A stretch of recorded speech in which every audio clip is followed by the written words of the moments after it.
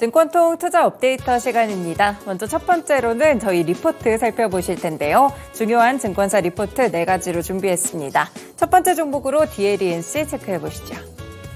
오늘 메리츠증권에서 리포트가 나왔습니다. 4분기 영업이익은 887억 원으로 전년 대비 26.2% 하락했고요. 컨센서스를 하회하는 실적이 나왔습니다.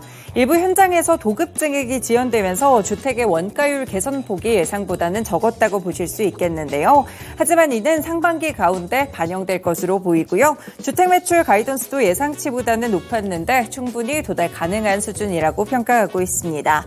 무엇보다 주주 환원율을 확대한다는 점에 포인트를 두셔야 될 것 같은데요. 기존의 지배주주 순이익을 봤을 때 15%에서 25% 기준까지 큰 폭으로 높인다고 합니다. 향후에 신규로 매입하는 자사주 소각은 결정하지 않았지만 시장 재매각은 고려하지 않는 것으로 보이고요. 지금 건설사들 가운데 PF 우발 채무 리스크에서 가장 자유롭다고 평가하고 있습니다. 실질적으로 저 PBR이면서 여기에 주주 환원까지 늘리는 종목은 굉장히 귀하다라고 평가를 했고요.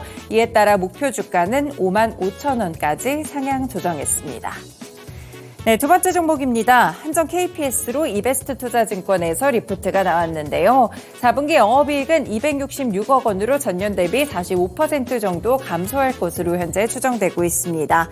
경영평가 등급 세분회요 우수에 따라서 인건비가 증가한 것이 원인이 됐는데요. 하지만 최근 추세를 보시면 인건비 절감을 위해 노력하고 있는 모습이고요. 이미 시장에서는 이 정도 손실분은 예상이 됐다라고 보고 있습니다.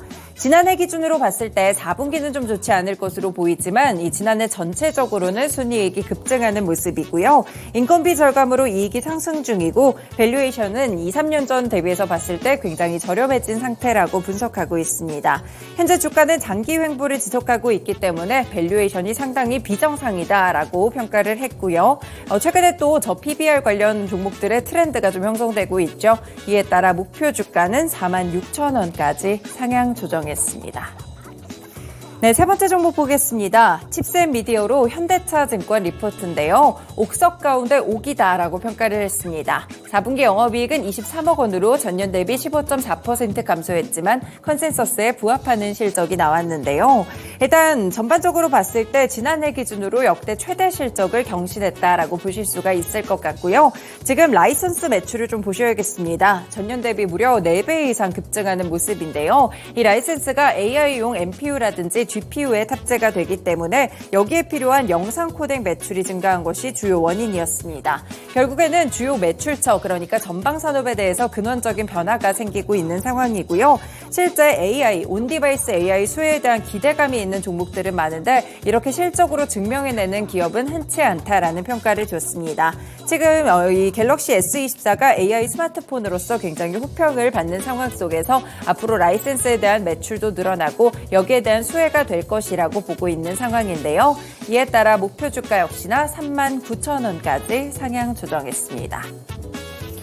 네, 마지막 종목 보겠습니다. ST팜으로 삼성증권 리포트인데요. 일단 올리고의 사업 성장성에는 문제가 없다라고 평가하고 있습니다. 삼성증권에서 4분기 영업이익을 보시면 214억 원으로 전년 대비 132.2% 정도 증가하면서 컨센서스를 상회했는데요.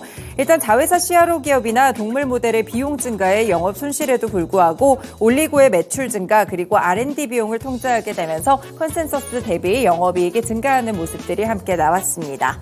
올해 주가 흐름은 상저하고를 예상하고 있는 분위기인데요. 고지혈증 치료제나 혈액암 치료제 그리고 척수형 근위축증 치료제의 상업화 물량 1,100억 원을 포함해서 올리고 매출액까지 1,900억 원 정도가 발생할 것이라고 보고 있습니다. 전 사업부가 고른 성장을 보여주고 올리고의 발주가 4분기에 집중될 것으로 예상하는 만큼 이 하반기쯤으로 갈수록 주가는 큰 폭으로 올라갈 수 있을 것이라고 봤는데요.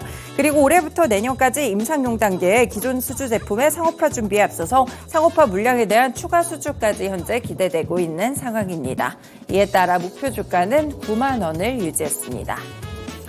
네, 이렇게 오늘도 개장 전에 중요한 리포트들 4가지로 함께 정리해드렸고요. 다음으로는 주요 일정 체크해보겠습니다.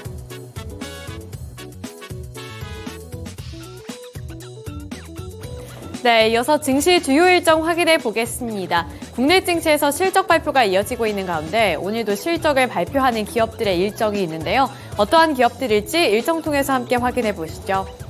SKI테크놀로지, S51, 유안타증권, 한미사이언스, 한미약품과 네이버 등의 실적 발표가 예정되어 있습니다. 2차 전지 종목들 보셔야겠고요. 특히나 국제유가가 최근 들어서는 급등을 하고 또 하락하는 흐름이 나타났던 만큼 이 원유와 관련해서 S51의 실적 발표도 함께 살펴보시면 좋을 것 같습니다. 한미그룹주들의 실적도 예정이 되어 있고요. 대표적인 인터넷 플랫폼주인 네이버의 실적 발표 일정까지 확인해 보시면서 실적도 면밀하게 챙겨보셔야겠습니다. 이어서 다음 일정 확인해 보겠습니다. 다음으로는 미국으로 가보도록 할 텐데요. 애플의 비전 프로가 미국에서 출시되는 날입니다. 현지 시간 기준으로 2일에 애플의 비전 프로가 출시되는 건데요. 그 관련 종목으로는 XR 헤드셋 관련 종목들이 있겠고요. OLED, 마이크로 LED, VR, AR, 메타버스 등 이러한 테마 종목군들을 눈여겨보시면 좋겠습니다. 네, 이어서 다음 일정 확인해 보겠습니다. 다음으로는 미국의 1월 고용 동향 보고서가 발표가 됩니다. 최근에 이제 금리 인하 시점 이 부분에 대해서 언급이 많이 되고 있고 인플레이션율, 이 물가 상승률은 어쨌든 둔화되는 흐름이 나타나고 있는데요. 따라서 이제 중요해 보이는 건 경제 지표입니다. 고용 동향 보고서를 통해서 미국의 고용 시장 분위기는 어떤지도 파악해 보셔야겠습니다. 마지막 일정 확인해 보겠습니다. 마지막으로 미국에서도 실적 발표가 예정되어 있는데요. 쉐브론이라든지 엑슨모빌 등 이러한 기업들의 실적이 예정이 되어 있는 만큼 이 실적까지 꼼꼼하게 챙겨보시면서 국내 증시에는 어떠한 영향력을 행사할지도 보셔야겠습니다.